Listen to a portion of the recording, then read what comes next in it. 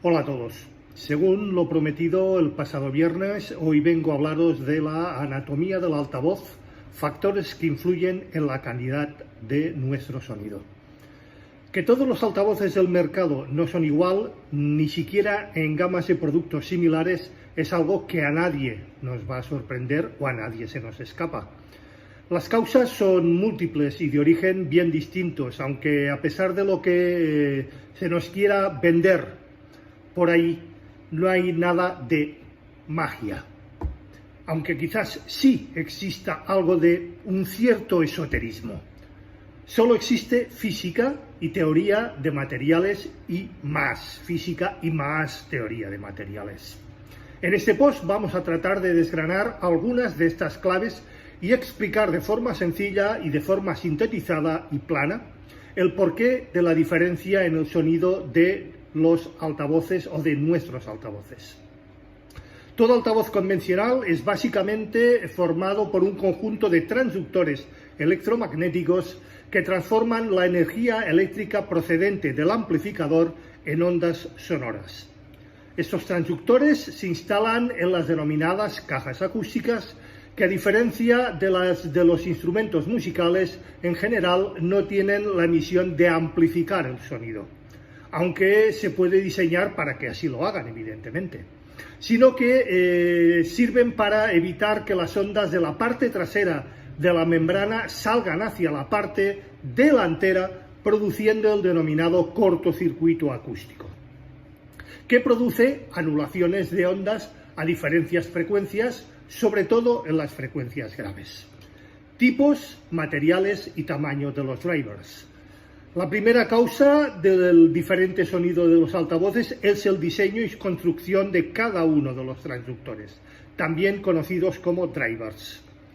Aunque la forma básica y las de diferentes partes suelen ser prácticamente idénticas en cada uno de ellos, su tipología y sobre todo los materiales con los que están construidos varían más que enormemente, haciendo que el resultado final, así como el precio, se mueva dentro de un amplio abanico de posibilidades. Es realmente todo un mundo. Así, en función del tipo, podemos encontrarnos, entre otros, con drivers de funcionamiento dinámico o de bobina móvil, tanto de cúpula como de cono. Son los más comunes y los que todos conocemos normalmente. Electrostáticos, piezoeléctricos, de cinta, etcétera, etcétera, etcétera. Insisto, es todo un mundo. Cada uno de estos tipos tienen sus particularidades, casos de uso recomendados, sus propias características y sus propios desempeños. Por ejemplo, los dinámicos de cono son los típicos que todos conocemos para frecuencias medias y graves. Los de cúpula son más bien empleados para tweeters en los que se necesita una buena dispersión tanto horizontal como vertical, aunque en mucha menos potencia. En caso contrario, se usan los de cinta. O los electrostáticos también. Además de la tipología, tenemos un sinfín de materiales de construcción, destacando sobre todo la variedad de las membranas de los altavoces de cono. Desde los primeros fabricados en papel, que siguen siendo utilizados o los más utilizados en la actualidad, pasamos por materiales sintéticos como el propio polipropileno, el polimetalpenteno, la fibra de carbono, el Kevlar, el aluminio, el titanio o incluso el diamante, como sabéis muchos de vosotros, para la construcción de algunos twitters de algunas marcas más que reconocidas. Como os podéis imaginar, cada material aporta su característica y diferencias, tanto constructivas como tímbricas. Así, por ejemplo, el papel suele usarse por ser barato y ofrecer unos más que excelentes resultados con una respuesta en frecuencias bastante más que plana, aunque presentan el inconveniente que es menos resistente que el resto de materiales, por lo que deben ser revestidos con barnices o lacas que le doten de una mayor dureza y mayor durabilidad, por ejemplo, a la humedad o en el tiempo, que de lo contrario lo deteriorarían bastante más que rápidamente. Otro ejemplo, lo podemos tener, por ejemplo, en el Kevlar. material que se usa para fabricar el fuselaje de aviones y barcos, hasta incluso chalecos antibala. Se caracteriza por su alta resistencia y por mantener sus cualidades mecánicas muy bien con el paso del tiempo. Suele ser empleado en membranas de altavoces que vayan a soportar mucha potencia, aunque como contrapartida ofrece cierta tendencia hacia la resonancia en algunas frecuencias medias altas, que le restan calidad de sonido final, reduciendo, sino también con él no se tiene ciertos cuidados en sus aplicaciones. Para terminar este apartado, no podemos dejar de hablar del tamaño de los drivers, un factor determinante a la hora de ofrecer un sonido de calidad, sobre todo a bajas frecuencias. Y es que la respuesta en frecuencia de los drivers está infinitamente relacionada y ligada con su tamaño. Por ejemplo, para reproducir con fidelidad frecuencias graves a niveles de presión acústica adecuados, necesitaremos drivers con membranas de tamaño considerables, desde las 6 pulgadas hacia arriba, 15, 18, 20, etc. De lo contrario, tendremos un sonido con falta de graves, inferiores a los 80-100 Hz, o incluso en algunos casos extremos de medios graves, hasta los 200-300 Hz. Es decir, no son capaces de mantener una amplitud decente, con niveles decentes de distorsión por debajo de lo audible por el usuario medio. De forma inversa sucede con los transductores de frecuencias agudas, que requieren de tamaños más reducidos que les permiten vibrar a la velocidad requerida y sin problemas de sobrecalentamiento en el conjunto móvil de cada uno de ellos. El filtro de frecuencias es un gran desconocido. Ya hablamos de él en un anterior post, o de ellos, de los filtros pasivos y de los filtros activos. Os recomiendo que vayáis a verlo y escucharlo. ¿Qué pasa si utilizamos un driver fuera del rango ideal de funcionamiento? Pues que no se comportará correctamente e incluso puede llegar a dañarse o incluso a destruirse.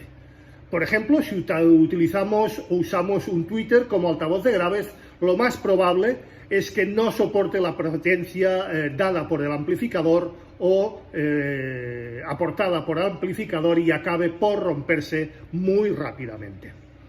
También tenemos el caso contrario, es decir, tomamos un altavoz grande diseñado para reproducir graves y le obligamos simplemente a que reproduzca frecuencias de gran potencia o frecuencias más altas. Mal, también se comportará mal. Además de que la respuesta de frecuencia y la dispersión sonora no será todo lo buena que debiera, el conjunto móvil podrá sufrir un sobrecalentamiento excesivo si no está bien ventilado y el driver se deteriorará en muy poco espacio de tiempo. Bien, ¿cómo resolver este problema?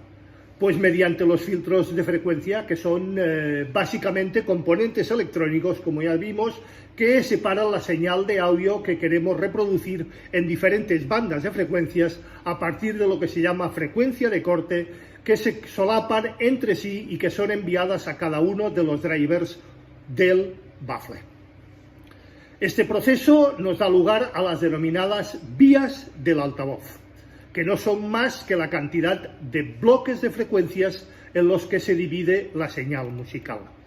Por ejemplo, los de 2 vías, 2 bloques de frecuencias, uno para los medios graves y otro para los agudos, o los de 3 vías, bloques de frecuencia graves, medias y agudas.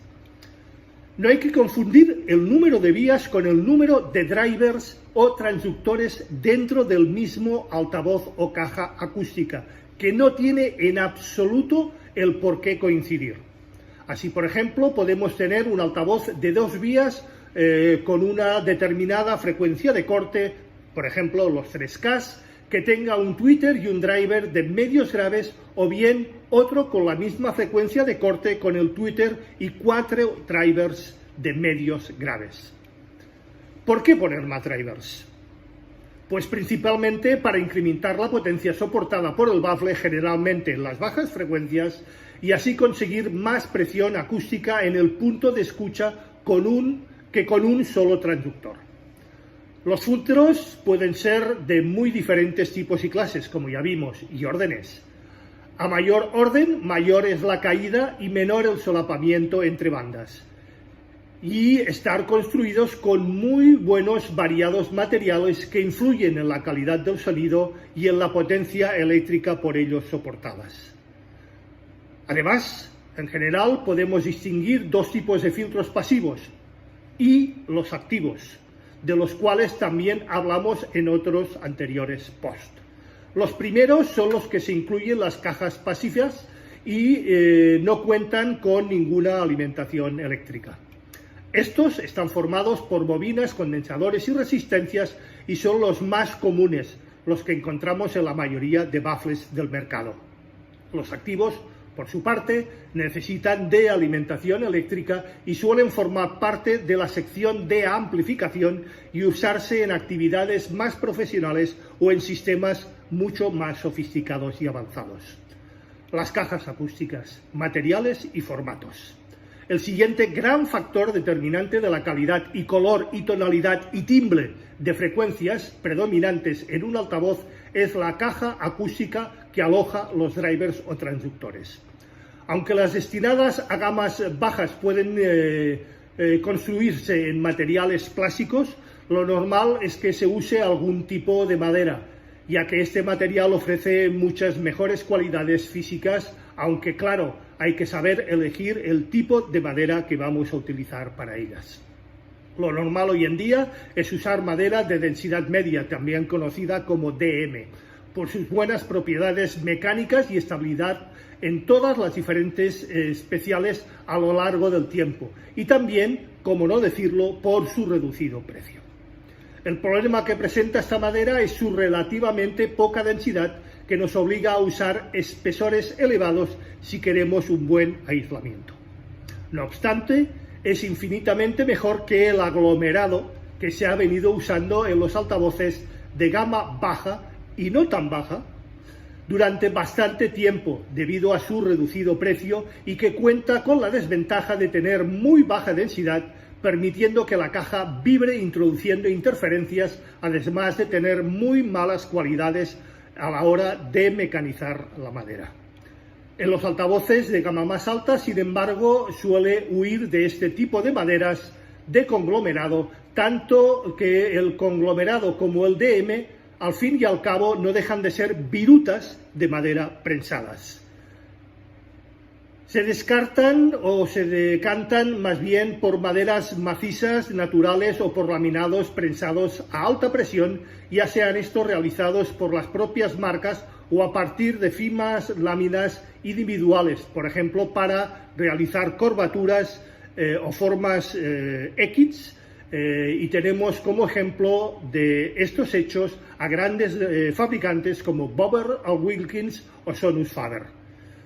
Y comprobamos directamente y distribuidos en tableros de grosor de entre 1 y 3 centímetros. Las ventajas de estos laminados no son lo mismo que con los contrachapados de los centros de microlaje. Son de muy mayor densidad en los conglomerados e incluso las maderas macizas, una gran resistencia y dureza y unas propiedades acústicas más excelentes, ya que se minimizan las vibraciones, apenas colorean el sonido y si lo hacen es en frecuencias en las que se puede controlar o corregir mediante aislantes acústicos internos. Si os gusta el mundillo del do it yourself, el DIY, que algunos conocéis, os recomiendo usar este tipo de maderas laminadas, ya que son las mejores en sus resultados y las que mejor acústicamente se comportan. Además de los materiales, el formato o configuración de las cajas acústicas es también determinante a la hora de obtener una cierta calidad sonora. Así, en función de dicha configuración, encontramos básicamente dos cajas en el mercado. En realidad hay muchísimas más, pero las más comunes son estas dos. de tipo cerrado o de tipo sellado o y bass reflex, y variaciones de esta como los radiadores pasivos, los guías de onda, etcétera, etcétera. Existen infinidad.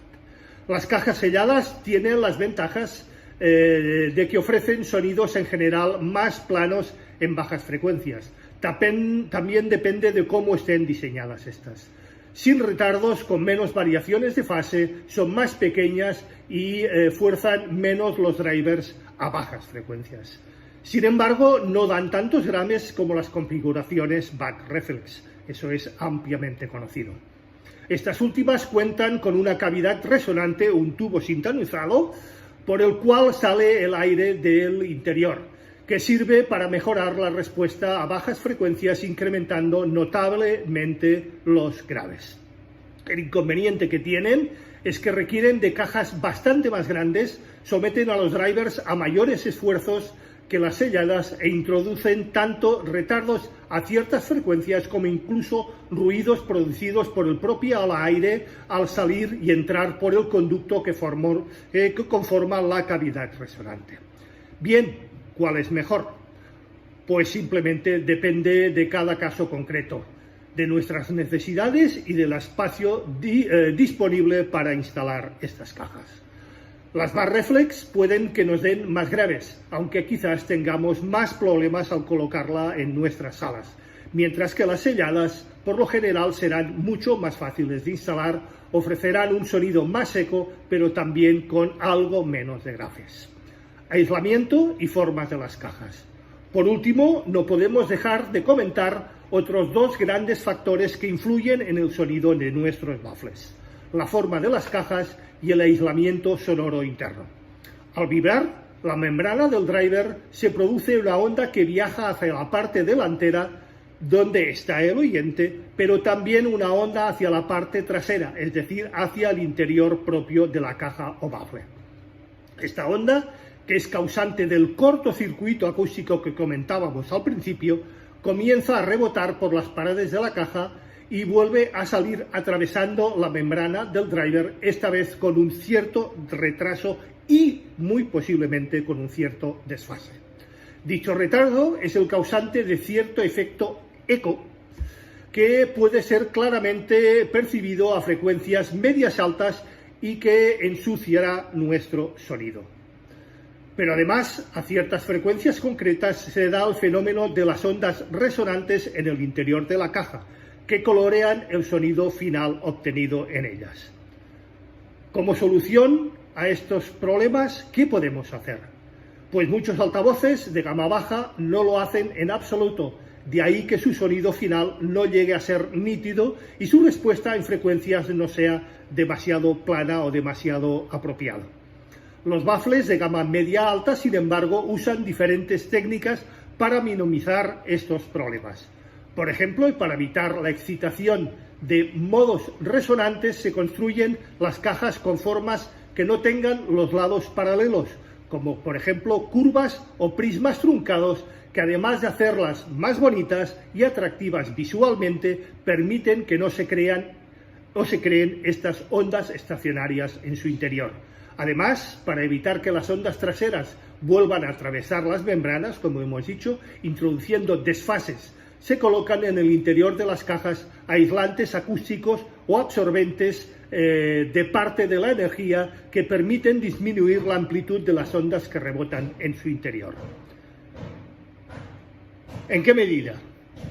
Pues eso dependerá del material empleado, del grosor del mismo. A mayor grosor, evidentemente, mayor capacidad de absorción.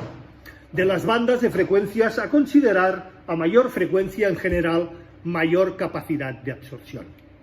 Este aislante tiene además otro efecto secundario, que no es otro que el de aumentar virtualmente, que no físicamente, el volumen de la caja, permitiendo obtener en ciertos casos algo más de graves o una mejor respuesta en graves. Así, por ejemplo, dos baffles con cajas de drivers idénticos pueden sonar ligera o bastante diferentes únicamente variando la cantidad y tipo de aislante que coloquemos en su interior. Y esto es todo por hoy, que no es poco, como siempre. Tomad vuestras propias opiniones y conclusiones sobre ello. Quedo abierto, como siempre, a cualquier duda, pregunta, aclaración, cuestión o sugerencia por vuestra parte. Como siempre sabréis y sabéis, será más que puntualmente respuesta. Recordad, si os ha gustado, dadle al like, no pereceré en insistir en ello, es muy importante. Suscribiros, si no lo estáis ya. Acordaros de darle a la campanilla gris para que YouTube os avise de cualquier novedad dentro del canal. Gracias y nos vemos, si así lo creéis oportuno, el próximo viernes en un nuevo capítulo de A las 8 estrenamos. Esta vez hablaremos también de un tema interesante y relacionado con nuestros altavoces, el subwoofer, características, misión y funciones. Hasta entonces, que tengáis una muy feliz y musical semana. Nos vemos.